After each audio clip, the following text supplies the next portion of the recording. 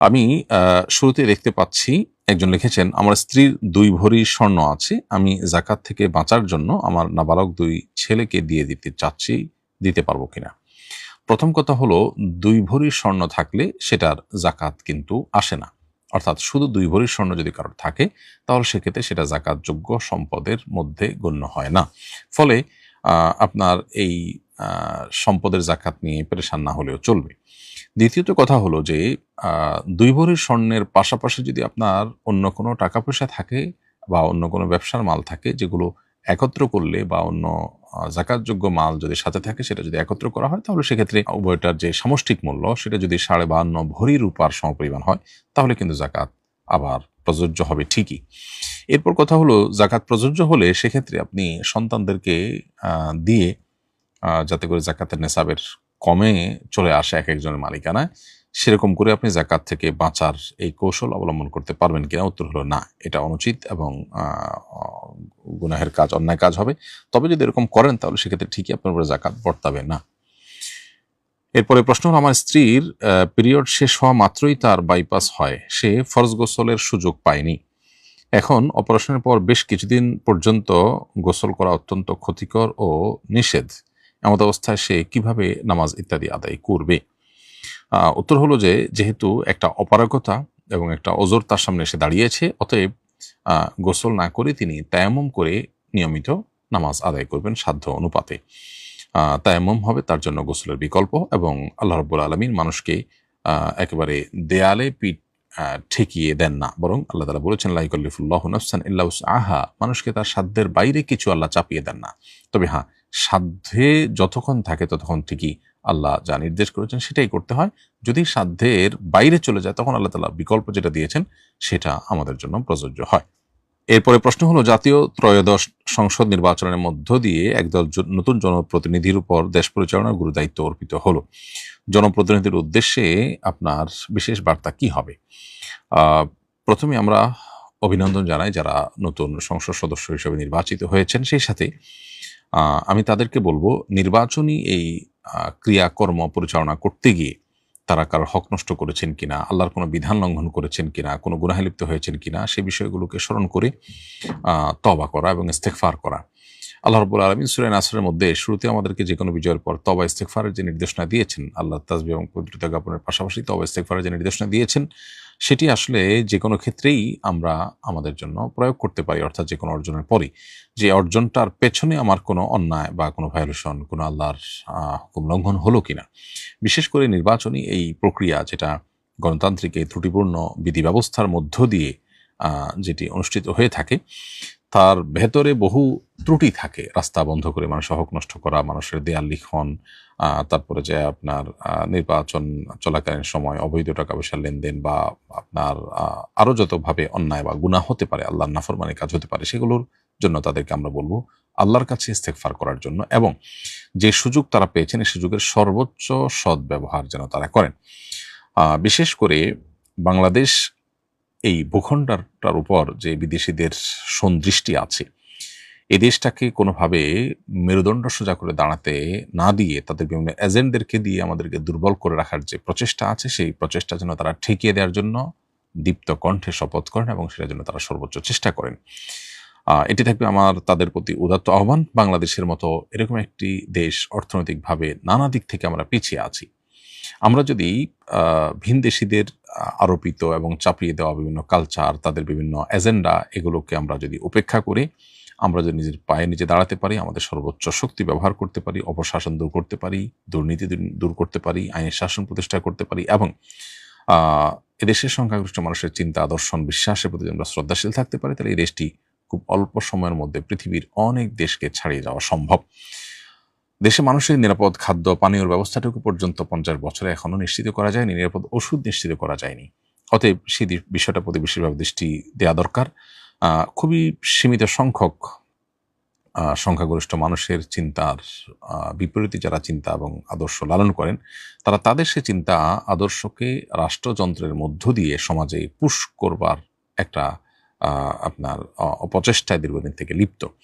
অতএব এই সমস্ত জায়গাগুলোতে তারা বিশেষভাবে যেন নজর দেন, এবং তারা যেন দেশ, মুসলিম উম্মাহ এবং দেশের মানুষের সার্বিক কল্যাণের প্রতি মনোযোগী হন, সেজন্য আমরা তাদেরকে উদাত্ত আহ্বান রাখি এবং আমরা আশা করব যে এই সুযোগটা তারা সদ্ব্যবহার করবেন। বাংলাদেশের মানুষের প্রত্যাশা অনেক বেশি কিছু না, তারা অল্প কিছু চায়। অতএব সে অল্প কিছু চাওয়াটাও যদি পূরণ করতে পারেন, তাহলে আজীবনের জন্য তারা মানুষের মাথার মণিকোঠায়, মানুষের হৃদয়ের মণিকোঠায় তারা স্থান করে নিতে পারবেন, মাথার তাজ হিসাবে তারা টিকে থাকতে পারবেন। আমরা দোয়া করি আল্লাহ তাআলা তাদেরকে হেদায়েত দান করুন, তারা সঠিক ট্র্যাকে যেন থাকতে পারেন এবং ইসলামী হলো মূল সমাধান, সে কথাটা যেন তাদের মাথায় সবসময় থাকে। বড় মসজিদে সুতরা ছাড়া মুসল্লি কত দূর দিয়ে যেতে পারবে?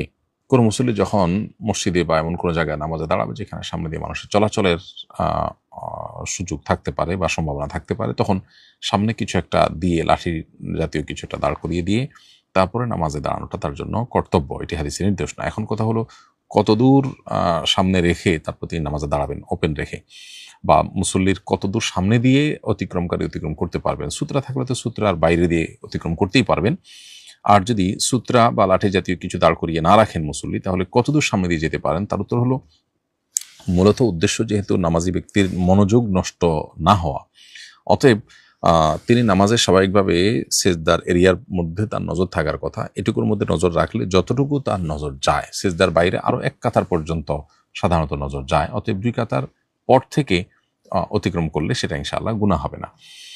অনেক উলামা ইকরাম 3 কাতারের কথা বলেছেন। অবশ্য অনেক উলামা ইকরাম জাস্ট 1 কাতার সেজদার জায়গার বাইরে দিয়ে যাওয়ার অনুমোদন দিয়েছেন, কিন্তু সতর্কতামূলক মত হয় 2য় কাতারের পর থেকে হাঁটাচলা করলে ইনশাআল্লাহ সেটি আশা করা যায় নাজায়েজ হবে না। তবে যিনি দাঁড়িয়েছেন তার কর্তব্য ছিল সুতরাং নিয়ে দাঁড়ান। তিনি না করলে সেক্ষেত্রে যারা অতিক্রম করবেন তাদের দায়িত্ব হলো নামাজি ব্যক্তির মনোযোগ যেন নষ্ট না হয় সেভাবে চলাফেরা করা।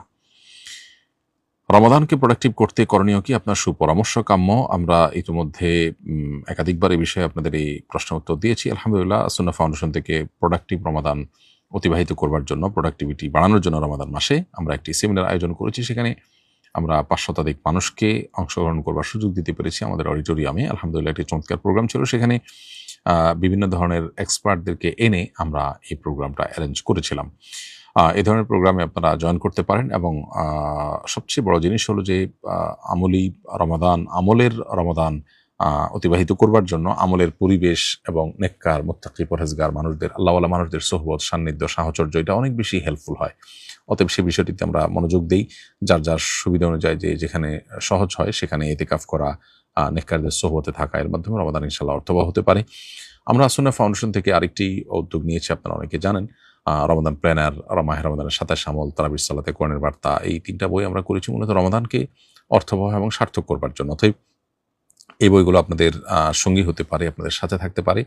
আশা করা যায় যে এগুলো আপনাদের রমাদানকে অর্থবহ করতে সহযোগিতা করবে।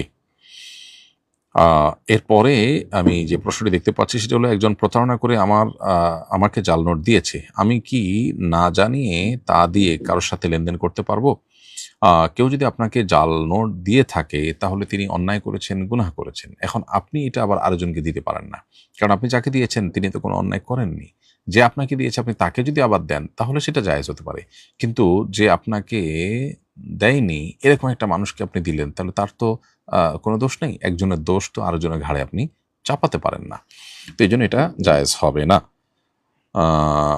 একজন ইমানদার কখনো কাউকে প্রতারিত করেন না। এখন প্রশ্ন হলো যে আমি তো ক্ষতিগ্রস্ত হয়েছি, তাহলে আমি আরেকজনকে না দিলে আমার কি হবে? উত্তর হলো যে সব ক্ষতি পুষিয়ে নেওয়ার জায়গা দুনিয়া না। ইমানদার হিসেবে আমাদের আখিরাত অনন্ত অসীমকালের আসল জীবন আসছে। সো এখানকার যে ক্ষতিটা পোষাতে গিয়ে আল্লাহর নাফরমানি হবে, সেটা যদি আমি অ্যাভয়েড করি, আল্লাহ তাআলা এই ক্ষতি আমাকে বহুভাবে পুষিয়ে দিবেন আখিরাতে ইনশাআল্লাহ। অতএব ইমানদারের কোনো হারাবার কিছু নেই। আমি যখন গুনাহ থেকে বাঁচবো আল্লাহ তাআলার ভয়ে, এটার মূল্য আমি আল্লাহর কাছে পাবো ইনশাআল্লাহ আখিরাতে। নির্বাচন পরবর্তী সময়ে দেশের বিভিন্ন স্থানে ক্ষমতার অপব্যবহার, দখলদারিত্ব, ভিন্ন মতের মানুষের উপরে জুলুম ও সহিংসতার অভিযোগ সামনে আসছে। এমন পরিস্থিতিতে দায়িত্বশীল রাজনৈতিক দল ও রাষ্ট্রের ভূমিকা কেমন হওয়া উচিত? এ বিষয়ে আপনার মন্তব্য জানতে চাই। প্রথম কথা হলো, নির্বাচন পরবর্তী সহিংসতা এবং ক্ষমতার অপব্যবহার, দখলদারিত্ব, এগুলো বাংলাদেশে দীর্ঘদিন থেকে চলে আসছে। মানুষ এগুলো থেকে মুক্তি চায়। আমাদের রাজনৈতিক দলগুলো যদি এই বাস্তবতাগুলো উপলব্ধি করতে পারেন, তাহলে তারা নিজেরাও এদেশে দীর্ঘদিন পর্যন্ত তাদের কার্যক্রম পরিচালনা করতে পারবেন, মানুষকে সেবা করার সুযোগ পাবেন, আর মানুষও আসলে আল্লাহর কাছে তাদের জন্য দোয়া করবে। আর যদি তারা এটা না বুঝেন, তাহলে সেক্ষেত্রে একের পর এক সরকার পরিবর্তন হবে, মানুষ রুষ্ট হবে, রাস্তায় নেমে আসবে, মানুষ সংক্ষুব্ধ হবে, বদদোয়া করবে, দুনিয়া ধ্বংস হবে, তাদের আখিরাত ধ্বংস হবে। বিধায় আমি আশা করব যে আমাদের রাজনৈতিক দলগুলো এই বিষয়গুলোকে অনুধাবন করার চেষ্টা করবেন এবং তাদের বিশেষ করে ক্ষমতাসীনদের দায়িত্বটা এখানে বেশি। তারা তাদের নেতা কর্মীদেরকে সর্বোচ্চ কন্ট্রোল করবেন।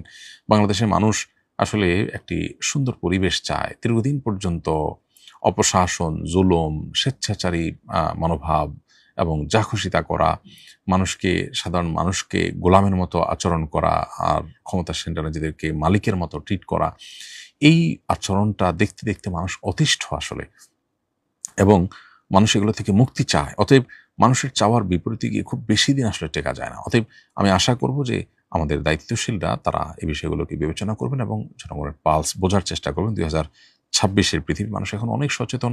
এখন কোনো কিছু আর লুকোছাপা আসলে দেওয়া সম্ভব নয়। আল্লাহ তাআলা তাদেরকে হেদায়েত দান করুন, আমরা মনে প্রাণে দোয়া করি। এবং যারা জুলুম করবেন, মনে রাখবেন এই জুলুমের বিচার শুধু আখিরাতে হবে না, দুনিয়াতেই আপনি এটার জন্য সাফারার হবেন এবং আপনাকে এর মূল্য দিতে হবে, টুডে অর টুমরো। যারা ইতিপূর্বে জুলুম করেছে কেউ রক্ষা পায়নি, প্রত্যেকটা মানুষকে তার প্রাপ্য আল্লাহ তাআলা বুঝিয়ে দিয়েছেন। এজন্য আল্লাহর ওয়াস্তে জুলুম করবেন না। তাছাড়া আখিরাতে জুলুম কিন্তু বহুমুখী অন্ধকার হয়ে আসবে, নবী সাল্লাল্লাহু আলাইহি ওয়াসাল্লাম জানিয়েছেন। এর পরের প্রশ্ন হলো, ব্যক্তিগত ও প্রাতিষ্ঠানিক প্রয়োজনে আমার নানা ডিভাইস ব্যবহার করতে হয়, বিভিন্ন ওয়েব ও সোশ্যাল ব্রাউজার ব্যবহার করতে হয়। পড়াশোনা যোগাযোগের জন্য আমার ছেলেকেও ডিভাইস কিনে দিতে হয়েছে। সোশ্যাল মিডিয়া ব্যবহার করলে চোখের জেনা এড়ানো কঠিন। এ ব্যাপারে আপনার পরামর্শ ও দিক নির্দেশনা কামনা করছি। প্রিয় দর্শক, অত্যন্ত গুরুত্বপূর্ণ এবং অত্যন্ত প্রয়োজনীয় একটি প্রশ্ন আপনি করেছেন। এই প্রশ্নের উত্তর হলো, আল্লাহ রাব্বুল আলামিন আমাদেরকে যে ঈমান দিয়েছেন, আমাদেরকে যে মুসলিম আইডেন্টিটি দিয়েছেন, এটিকে রক্ষা করবার জন্য আমাদের সর্বোচ্চ সচেষ্ট থাকতে হবে। এ ব্যাপারে আমাদের কোনো কারোরই হয়তো ভিন্নমত থাকার কোনো কারণ নেই। আমরা অনেকেই ঈমান আমল রক্ষা করবার জন্য যতটা সচেতন অন্য সব ক্ষেত্রে, সোশ্যাল মিডিয়া এবং অনলাইনের জগতে যখন আমরা বিচরণ করি, তখন আমরা নিজেদের অজান্তেই অথবা জ্ঞাতসারেই হয়তোবা আমরা গুনাহের জগৎ থেকে বেঁচে থাকতে পারি না। অন্য অনেক ক্ষেত্রে হয়তো ঈমান, আমল, তাকওয়া এগুলোকে আমরা রক্ষা করার চেষ্টা করি এবং সফলও হই অনেকটা। কিন্তু সোশ্যাল মিডিয়াতে বিশেষ করে যখন প্রবেশ করি এবং এখানে যখন আমরা নিমজ্জিত হয়ে যাই, ডুবে যাই, তখন গুনাহ থেকে বেঁচে থাকাটা আমাদের জন্য অত্যন্ত দুরূহ হয়ে পড়ে। ব্যক্তিগতভাবে অনেকে হালাল হারাম খুব মেনটেন করেন, অনেকেই হয়তো পর্দাও মেনটেন করেন, অন্য অনেক বিষয়ে মাশাআল্লাহ মাহরাম মেনটেন করেন, তাকওয়া চর্চা করার চেষ্টা করেন। কিন্তু এই জায়গাটা এসে অনেকখানি দুর্বল হয়ে পড়েন এবং শয়তানের কাছে অনেকটাই আত্মসমর্পণ করে ফেলেন। মূলত ইসলাম এবং মুসলমানদের যারা শত্রু, যারা মুসলমানদের রুহানি শক্তি, ইমানের শক্তিকে শেষ করে দিতে চায়, তারা এই আয়োজনগুলোকে অত্যন্ত সুপরিকল্পিতভাবে আমাদের সামনে উপস্থাপন করেছে এবং আমাদের মধ্যে ছড়িয়ে দিয়েছে। তো একদিকে তো আমাদের জীবনের প্রয়োজনে এই সমস্ত জগতে বিচরণ করতে হয়, অবশ্য অনেকের প্রয়োজন ছাড়াও শুধুমাত্র টাইম পাসের জন্য এগুলোতে বিচরণ করবার অভ্যাস আছে। যাই হোক না কেন, একদিকে এই বাস্তবতা আছে, অপরদিকে আমাদের ঈমান আমল রক্ষা করবার প্রশ্ন আছে। এই দুয়ের মধ্যে সমন্বয় আমরা কিভাবে করতে পারি?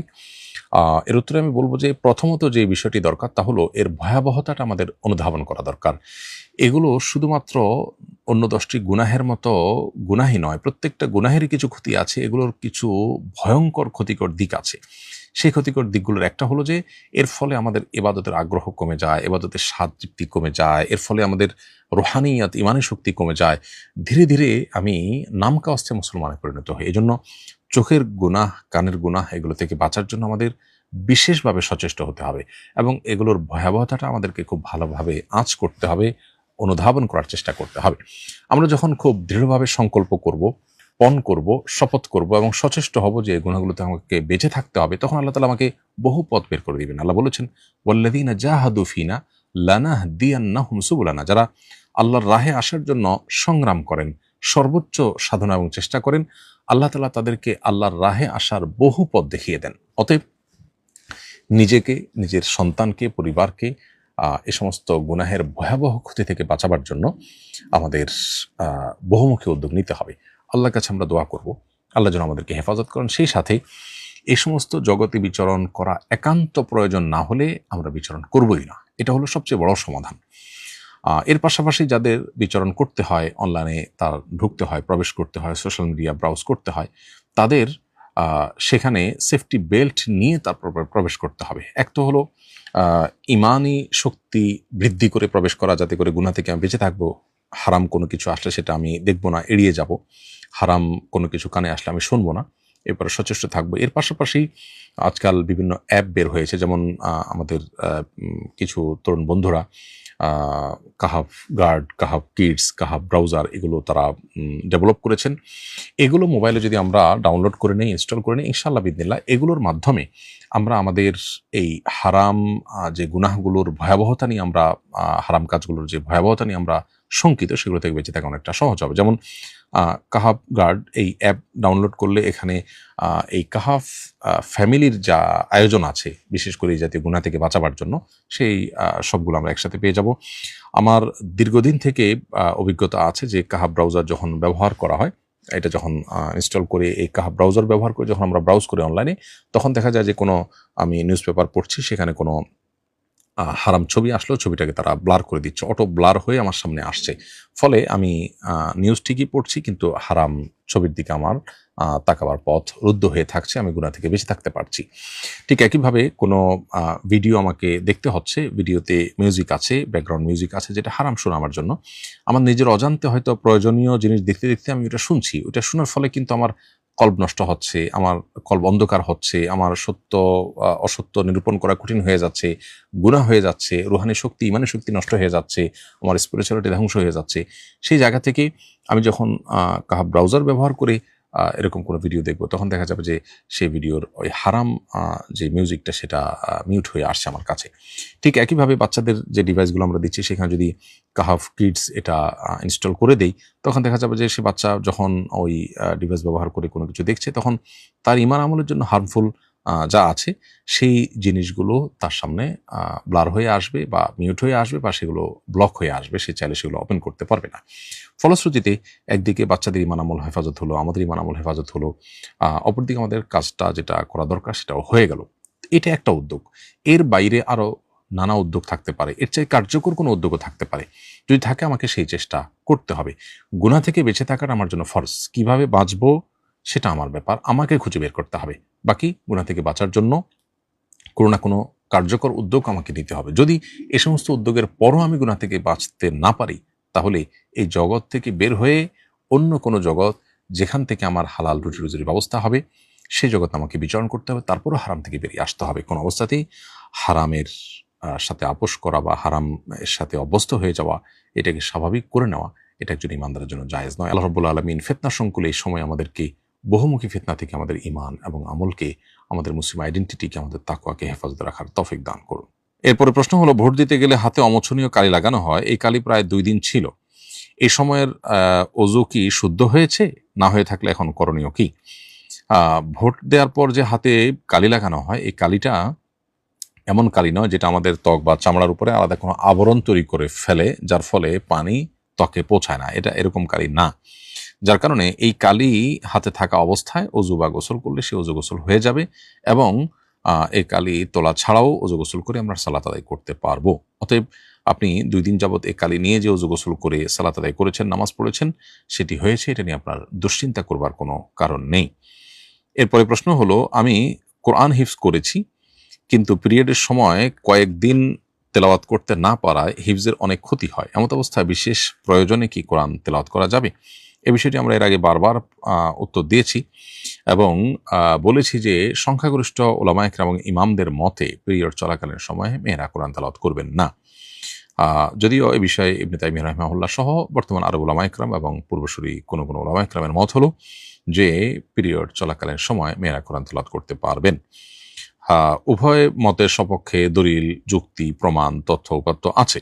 আমরা সেটা ডিটেলে না গিয়ে সংক্ষেপে বলতে চাই, সংখ্যাগরিষ্ঠ ওলামাদের মত অনুযায়ী যেহেতু পিরিয়ড চলাকালীন সময় কোরআন তেলাওয়াত করা যায় না, অতএব আপনার হিফজ ধরে রাখার প্রয়োজনে আপনি বিভিন্নভাবে চেষ্টা করতে পারেন। যেমন আপনি কোরআনে কারিমের দেখে দেখে মনে মনে তেলাওয়াত করলেন, এবং দেখে দেখে মনে মনে তেলাওয়াত করার মধ্য দিয়ে স্পর্শ করা ছাড়া অন্য কারো সহযোগিতা বা অন্য কোনো কিছু দিয়ে ধরে আপনি তেলাওয়াত মুখে উচ্চারণ করা ছাড়া মনে মনে পড়ে মুখস্থ রাখার চেষ্টা করলেন, অথবা তেলাওয়াত শুনলেন। একটা ভালো বিকল্প হতে পারে, তেলাওয়াত শুনলে কিন্তু পড়ার মতো কাজ হয়।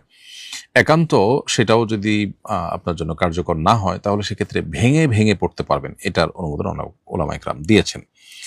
আর সৌদি আরব উলামা ইকরামের মতে এটি মাসিক অবস্থা করা যাবে, কারণ ওনাদের বক্তব্য হলো যে বেশিরভাগ হাদিস যেগুলোর আলোকে জমহুর উলামা ইকরাম বা সংখ্যাগরিষ্ঠ উলামা ইকরাম পিরিয়ড চলাকালীন সময় কোরআন তেলাওয়াত করতে নিষেধ করেন মেয়েদেরকে, সেগুলোতে মূলত গোসল ফরজ অবস্থায় কোরআন তেলাওয়াত করতে নিষেধাজ্ঞার কথা বলা হয়েছে, মাসিকের কথা আলাদা করে বলা হয়নি। এদিকে যে সমস্ত উলামা ইকরাম মাসিক অবস্থায় কোরআন তেলাওয়াত নিষেধ করেন তারা বলেন যে গোসল ফরজ অবস্থায় যেহেতু কোরআন তেলাওয়াত করতে নিষেধ করা হয়েছে হাদিসে, আর মাসিকরত অবস্থায় মানুষের গোসল ফরজ থাকে বিধায় এই বিধান সেখানে স্বয়ংক্রিয়ভাবেই প্রযোজ্য হয়। এরপরে প্রশ্ন হলো, আমার স্ত্রীর 1.5 ভরি স্বর্ণ ও আমার কাছে 1.5 লক্ষ টাকা আছে, এছাড়া আমাদের কাছে অন্য কোনো ব্যবসায়িক সম্পদ নেই, এখন কি আমাদের উপর জাকাত আসবে?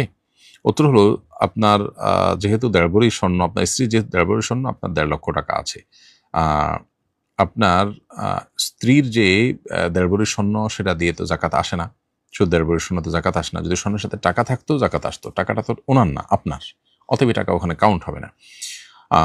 আপনার যে টাকা আছে সে টাকা দিয়ে এখন বর্তমান যে আপনার রূপার মূল্য, সেই হিসাবে বর্তমান বাজার দর অনুযায়ী 52.5 ভরি রূপা কেনার মতো টাকা আপনার না থাকা আপনার উপর জাকাত আসবে না। অতএব স্বামী স্ত্রীর দুজনের টাকা একত্র করলে জাকাত আসার মতো সম্পদ হয়, এটা যদি হয় তাহলে সেক্ষেত্রে সেটা একত্র করে জাকাত দিতে হবে না, কারণ প্রত্যেকের হিসেব আলাদা আলাদা। এরপরে প্রশ্ন হলো, আমার ভাইয়েরা এক সংসারে থাকেন, ভাইদের উপার্জনের সংসার চলে, আমি বাড়িতে গেলে মা ভাইদের অগোচরে আমার বাড়ির বিভিন্ন শস্য খাদ্যদ্রব্য, আমার মা ভাইদের অগোচরে আমাকে বাড়ির বিভিন্ন শস্য খাদ্যদ্রব্য দিয়ে দেন, এটা কি আমি নিতে পারবো? আপনার মা যদি আপনাকে খাদ্যদ্রব্য শস্য এগুলো তার যে খাদ্যদ্রব্য শস্য সেগুলো থেকে দেন তো সেটা দিতে পারেন, কোনো অসুবিধা নেই। আর যদি তিনি আপনার ভাইয়ের যে সম্পদ সেখান থেকে দেন এবং ভাইয়ের অনুমোদন থাকে, সম্মতি থাকে, মনসম্মতি থাকে, তাতেও সমস্যা নেই। আর যদি ভাইয়ের জিনিসটা মা দেন কিন্তু ভাইকে না দিয়ে, না দেখিয়ে, না জানিয়ে লুকো ছাপা করে দেন, তাহলে সেটা আপনার জন্য নেওয়া জায়েজ হবে না। আর মা নিজের সম্পদ থেকে দিলে অন্য সন্তানদেরও সমান হারে দেওয়াটা উত্তম বা দেওয়াটা উচিত, বিশেষ করে যদি আপনাকে দেওয়ার বিশেষ কোনো কারণ, আলাদা করে দেওয়ার বিশেষ কোনো কারণ না থাকে। যেমন এক সন্তান গরিব, তো গরিব হিসাবে তাকে একটু বিশেষভাবে দেওয়া হয়, অন্যদের দরকার হয় না তাদেরকে দেওয়া হয় না, এটা জায়েজ আছে, কোনো অসুবিধা নেই। আমার মা রমজানে 5টি জালালি খতম করবেন বলে নিয়ত করেছেন, খতমে জালালির বিধান কি? কোরআন এবং হাদিসে খতমে জালালি বলতে কোনো খতমের আলাদা কোনো বিধান নাই। অতএব আপনার মা এরকম নিয়ত করলে সে নিয়ত পুরা করারও কোনো আবশ্যকীয়তা নেই। মনে রাখবেন, রমাদান মাসে করার মতো সুন্নাহসম্মত বহু আমল আছে। আমরা কোরআনে কারীম তেলাওয়াত করব, করে শেষ করব, একবার পড়ে শেষ করে দ্বিতীয়বার খতম করব, শেষ করব, তৃতীয়বার করব, এভাবে আমরা করতে পারি। রমাদান মাসে করার মতো যে সমস্ত আমলগুলো আছে সেগুলোতে আমাদের মনোযোগ দেওয়া উচিত। এর বাইরে আপনার কোরআন এবং সুন্নাহর বাইরে অন্য বিভিন্ন আমল, বনগড়া আমল, এগুলো আমাদের রমাদান কেন্দ্রিক আমলের তালিকায় থাকা উচিত না। বিধায় আপনার মায়ের এই নিয়তটা কোনো সঠিক নিয়ত না, কারণ খতমে জালালি নামক কোনো খতমের নির্দেশনা কোরআন বা হাদিসে নেই। এটি বিভিন্ন মানুষের তৈরি বিভিন্ন আমলের যে সমস্ত বই আছে সে সমস্ত বই পুস্তকে পাওয়া যায়। এরপরে প্রশ্ন হলো, আমরা তাকে ভোট দিয়ে পাশ করিয়ে এনেছি বললে শিরক হবে কিনা? উত্তর হলো, না, এরকম বললে শিরক হবে না, এটা শিরক হওয়ার কোনো কারণ নয়। কালো জাদুর বিপরীতে জাদু করা কি বৈধ হবে? উত্তর হলো, না, কালো জাদুর বিপরীতে জাদু করা বৈধ হবে না। বরং কেউ যদি জাদু করে তাহলে তার বিপরীতে আপনি রকিয়া করতে পারেন, ঝাড়ফুঁকের মাধ্যমে নিজে আত্মরক্ষার ব্যবস্থা গ্রহণ করতে পারেন। আর যে আপনার ক্ষতি সাধন করেছে তাকে আল্লাহর হাওলা করে দিবেন, আল্লাহ তার বিচার করবেন। আপনি নিজে তার জন্য আবার ক্ষতি করার জন্য পাল্টা জাদুর উদ্যোগ নিতে পারেন না। এরপর প্রশ্ন করেছেন রাজীব, আমি একজন বাইক রাইডার, পেশাগত প্রয়োজনে আমাকে প্রতিদিন ভিন্ন ভিন্ন জায়গায় থাকতে হয়, ফলে এক এক দিন এক এক মসজিদে তারাবির সালাত আদায় করতে হবে। আমার প্রশ্ন হলো যে মসজিদে তারাবি পড়ি সেখানে ইমাম সাহেবকে হাদিয়া না দিলে কি তার হক নষ্ট করা হবে? অবশ্য আমার নিজ এলাকায় মসজিদের ইমাম সাহেবকে আমি নিয়মিত হাদিয়া প্রদান করি। নামাজ পড়লে ইমাম সাহেবকে হাদিয়া দিতে হবে, এটা তার প্রাপ্য হক, এরকম কোনো বিষয় না। এটা গিভ অ্যান্ড টেকের মতো বা শ্রমিক নিয়োগ দিয়ে পারিশ্রমিক দেওয়ার মতো বিষয় নয়। ইমাম সাহেবকে মসজিদ নিযুক্ত করলে ইমাম সাহেবকে বেতন দেওয়া মসজিদ কর্তৃপক্ষের দায়িত্ব, সেই হিসাবে মুক্তাদি আমরা যারা নামাজ পড়ি, আমরা ইমামের খরচ জন্য দিতে পারে, ইমামের বেতন জন্য দিতে পারে, মসজিদের খরচ জন্য ব্যয় করতে পারে মসজিদ কমিটি, সেজন্য সেখানে টাকা পয়সা দেওয়া এটা আমাদের নৈতিক দায়িত্ব। কিন্তু এর মানে এই না যে এটা আবশ্যিক কোনো আমাদের জন্য দায়িত্বের মধ্যে পড়ে যেটা না দিলে আমরা গুনাহগার হব, এরকম না। স্বামী রিজিকের ভয় করেন, তাই স্ত্রী যদি স্বামীকে না জানিয়ে গর্ভধারণ করেন তবে জায়েজ হবে কিনা? উত্তর হলো জায়েজ হবে, এতে কোনো অসুবিধা নেই। কারণ যে ব্যক্তি রিজিকের ভয়ে সন্তান নিতে চাচ্ছেন না তিনি ভুল করছেন বা অন্যায়ের মধ্যে আছেন। অন্যায়ের মধ্যে থাকলে সেটার দায় তার উপর একান্তভাবে বর্তাবে এবং এটা কারণে স্বামীর আনুগত্য করতে বাধ্য নন স্ত্রী স্বামীর আনুগত্য ততদিন করবেন যতদিন তিনি হালাল বা আল্লাহর নির্দেশনার মধ্যে থাকেন। যদি কোনো হারাম কাজের নির্দেশনা দেন তিনি সেটি মানতে স্ত্রী বাধ্য নন। অতএব কি খাওয়াবেন বা সন্তান কি খাবে বা তার রিজিকের ব্যবস্থা করতে হবে এই ভয়ে যদি সন্তান না নেওয়ার সিদ্ধান্ত স্বামী নেন তাহলে তিনি ভুল করছেন, আর ভুল কাজে স্বামীকে অনুসরণ করতে স্ত্রী বাধ্য নন। আমি একজন বিধবা নারী, জীবিকার তাগিদে স্বামীর রেখে যাওয়া ব্যবসা আমার পরিচালনা করতে হয়। আমার সকল স্টাফ পুরুষ, রোজার মধ্যেও প্রায় সবার সাথে আমার কথা বলতে হয়, এতে কি আমার রোজা মাকরুহ হওয়ার সম্ভাবনা আছে? উত্তর হলো, একান্ত প্রয়োজন হলে একজন নারী তিনি অন্য পুরুষদের সাথে কথা বলতে পারেন। আপনার যদি বিকল্প কোনো ব্যবস্থা না থাকে তাহলে সেক্ষেত্রে কথার মধ্যে, কণ্ঠের মধ্যে বিশেষ কোমলতা সৃষ্টি না করে ফিতনার সমস্ত বিষয়গুলোকে মাথায় রেখে আপনি প্রয়োজনীয় আলাপ আলোচনা, আজকাল তো বেশিরভাগ কাজে SMS, মেইল ইত্যাদির মাধ্যমে করা সম্ভব। যেখানে কথা বলা দরকার সেখানে কথা বললে সেটা আপনার জন্য নাজায়েজ হবে না। আপনি শরিয়ার মূলনীতিকে ফলো করে এক্ষেত্রে আপনার ব্যবসা পরিচালনা করতে পারেন এবং এর কারণে রোজার কোনো ক্ষতি হবে না ইনশাআল্লাহ তাআলা। এরপরে প্রশ্ন হলো, আকিকার জন্য একটি বকরি কিনেছি কিন্তু আমার ভাই সেই ছাগলটা তার কাছে রেখে দিয়ে তার অন্য একটি ছাগল দিয়ে আমাকে আকিকা করতে বলেছে। এখন পরিবর্তন করলে কি আকিকায় কোনো সমস্যা হবে? উত্তর হলো না, কোনো সমস্যা হবে না। যে ছাগল কিনেছেন আকিকার নিয়ত করে সেটা পরিবর্তন করে যদি অন্য ছাগল দিয়ে আপনি আকিকা দেন তাতে আপনার আকিকা আদায় হয়ে যাবে এবং কোনো প্রকার অসুবিধা হবে না। আমার মা অনেক বৃদ্ধা, তিনি বর্তমানে আমেরিকায় বসবাস করেন, তিনি রোজা রাখতে পারেন না। তার রোজার ফিদিয়া দিলে কোন দেশ হিসাবে দিতে হবে? উত্তর হলো, আপনার মা যেহেতু আমেরিকায় বসবাস করছেন, তিনি যেখানে আছেন সেখানকার হিসেব করে সেখানকার হিসাব অনুযায়ী তাকে ফিদিয়া দিতে হবে। ফিদিয়াটা পৃথিবীর যে কোনো প্রান্তে তিনি দেওয়ার ব্যবস্থা করতে পারেন, কিন্তু তার ফিদিয়ার হিসাব হবে তিনি যে দেশে আছেন সেই দেশের হিসেবে, কারণ সেখানে তিনি খাওয়া দাওয়া করছেন, সেখানকার জীবনযাপন করছেন, অতএব সেই হিসাবে তার উপরে ফিদিয়া বর্তাবে। জনৈক রাজনীতিবিদ তার বাচ্চাকে পড়াতে বলেছে কিন্তু তার মূল উপার্জন ভূমি দখল, চাঁদা ইত্যাদি। তার বাচ্চাদের পড়িয়ে বেতন নেওয়া জায়েজ হবে কি না? উত্তর হলো যে তার মূল উপার্জন আপনি বলছেন হারাম টাকা সেখান থেকে, আর এর বাইরে যদি তার আরো হালাল উপার্জন থাকে তাহলে সেক্ষেত্রে বাচ্চা পড়ানো জায়েজ হবে। কিন্তু যদি এরকম মানুষের হক নষ্ট করে আনা টাকা দিয়ে আপনাকে বেতন দিচ্ছে, এটি আপনি নিশ্চিত হন, জানেন যে এটাই তার টাকা, অন্য কোনো টাকা নেয় বা এটাই দিচ্ছে সে, তাহলে আপনার জন্য আসলে এটা জায়েজ হবে না। আর যিনি বাচ্চা পড়াচ্ছেন তার কর্তব্য হলো বাচ্চাকে পড়ানোর বিনিময় হোক, অন্য কোনো কাজের বিনিময় হোক, হারাম টাকা থেকে না দিয়ে হালাল টাকা থেকে দেওয়া তার কর্তব্য। বাট আপনি যদি জানেন যে তার কোনো হালাল টাকা নাই অথবা যা দিচ্ছে সেটা হারাম টাকাই ঘুরে ফিরে বা প্রবল সম্ভাবনা হয়, তাহলে আপনার জন্য এটা জায়েজ হবে না বা এখানে বাচ্চা পড়ানো। রমজান মাসে কবরের আযাব বন্ধ থাকে, এই কথাটা কি সঠিক? এটার উত্তরের আগে আমরা দিয়েছি একাধিকবার সম্ভবত। রমজান মাসে কবর আযাব বন্ধ থাকার বিষয়টি কোনো বিশুদ্ধ হাদিস দ্বারা প্রমাণিত নয়। অনেকেই মনে করে থাকেন যে রমজানের শুরুতে কবর আযাব বন্ধ হয়ে যায়, রমজান শেষ হলে আবার চালু হয়। এই মর্মে যে সমস্ত বর্ণনা পাওয়া যায় এগুলো কোনোটাই বিশুদ্ধতার মানদণ্ডে উত্তীর্ণ নয় বা সহিহ কোনো হাদিস দ্বারা এটি সাব্যস্ত নয়। পর্নোগ্রাফি না দেখলে স্ত্রী সহবাসে আগ্রহ হয় না, তার জন্য কি পর্নোগ্রাফি দেখা বৈধ হবে? উত্তর হলো না, কোনো অবস্থাতে এটি জায়েজ হতে পারে না। বরং এই পর্নোগ্রাফি দেখতে দেখতে বদ অভ্যাস এর ফলশ্রুতিতে তিনি একটা রোগ বাঁধিয়ে নিয়েছেন নিজের জন্য। অতএব এই রোগ থেকে উত্তরণের জন্য তিনি হালাল পথে চেষ্টা করবেন, হালাল উপায়ে তিনি চেষ্টা করবেন, কাউন্সিলরের কাছে যাবেন, অন্য কোনো উপায় তিনি অবলম্বন করবেন, সাইকোলজিস্টের কাছে তিনি যেতে পারেন, তাদের শরণাপন্ন হতে পারেন। ইনশাআল্লাহ বিদিনিল্লাহ সেগুলো তাকে হেল্প করবে। আর যদি পর্নোগ্রাফি ছাড়া অন্য কোনো উপায় তার স্ত্রী সহবাস করবার কোনো আগ্রহ তৈরি না হয়, তারপরেও তার জন্য পর্নোগ্রাফি দেখা জায়েজ হবে না। এরপরে প্রশ্ন হলো, আমি একেবারেই আরবি পড়তে পারি না, সম্প্রতি আপনার ভেরিফাইড ফেসবুক পেজে কোরআন শেখার কোর্স চালু হবে দেখেছিলাম, কবে চালু হবে এবং এই কোর্স থেকে আমি কিভাবে কোরআন শিখে ফেলতে পারবো? ধন্যবাদ প্রিয় দর্শক, খুবই গুরুত্বপূর্ণ প্রশ্ন আপনি করেছেন। কোরআনে কারীম শেখা আমাদের প্রত্যেক ঈমানদারের জন্য কর্তব্য। আমাদের উচিত আল্লাহর কালামকে বিশুদ্ধ রূপে তেলাওয়াত করতে শেখা। বিশেষ করে কোরআনে যতটুকু পড়তে হয় ততটুকু শেখা তো আমাদের উপর অবশ্য কর্তব্য। আর এমনিতেই কোরআনের হক বা কোরআনের অধিকার আমাদের কাছে, আমরা যেন কোরআনকে বিশুদ্ধ রূপে কোরআন তেলাওয়াত করতে পারি।